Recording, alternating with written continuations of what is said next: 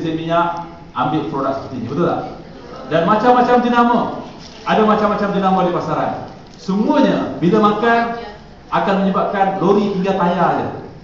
Saya bukan nak konten makanan ini, tapi nak beritahu bahawa makanan-makanan seperti ini sebenarnya memudaratkan kita, memudaratkan anak-anak kita.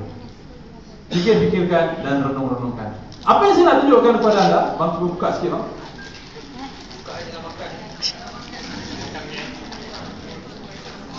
Tengok, baru bunyi bekas pun air tu dah meleleh lah. Boleh dengar kata-kata masa mentah ni. Betul kan? Berselera. Kalau anak-anak kita duduk ni depan TV, 2 pack macam ni pun boleh habis dalam masa 1 jam. Kena buka penuh. Kalau buka sikit, kata tak puas lah. Kalau dia nak ambil kat dalam, biasanya ambil kecil yang besar. Ambil yang paling besar. Bang, ambil paling besar bang. Tunjuk kat dia orang. Tak tengok pun boleh ambil. Punyalah kita, kebiasaan kita.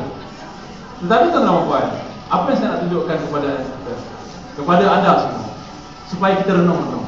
Di kalangan anak-anak kita, kalau anak-anak kita sebelum ini setiap hari mengambil makanan seperti ini, renung-renungkan. Adakah ini makanan? Adakah ini yang mempunyai zat? Saya bukan nak konten, tetapi untuk kita supaya kita renung. Okey baik, bang, ambil satu bang, yang paling besar.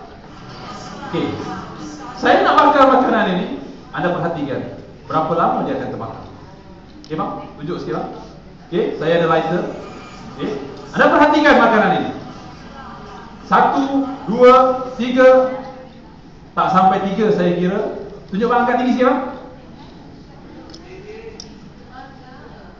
Cuba anda perhatikan. Adakah ini yang kita makan?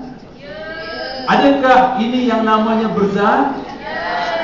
Tuan-tuan puan, renungkan, fikirkan. Jadi, tuan-tuan puan, kalau makanan boleh terbakar, renungkanlah. Jadi itu nasihat saya. Okey bang, terima kasih. Okey, siung sikit.